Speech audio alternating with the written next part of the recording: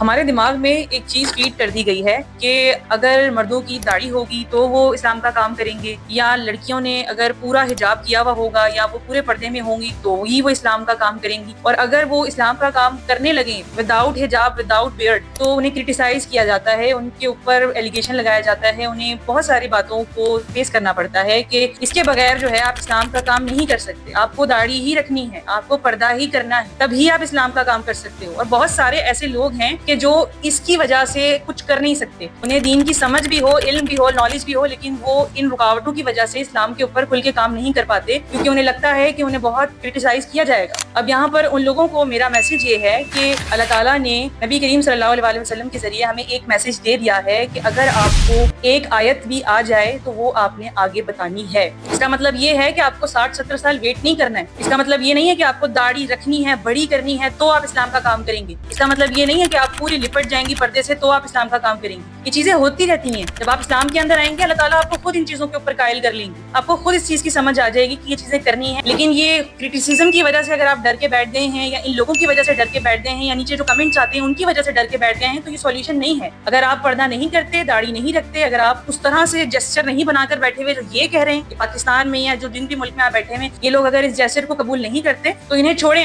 آپ نے اللہ کو راضی کرنا ہے، نبی کا جو اسلام ہے اس کو آپ نے پھیلانا ہے، اس پہ کام کریں، جو چیزیں آپ کو آتی ہیں وہ آپ آگے ڈیلیور کریں پورے کانفیڈنس کے ساتھ، پوری ایجوکیشن کے ساتھ، پوری نالج کے ساتھ۔ السلام علیکم۔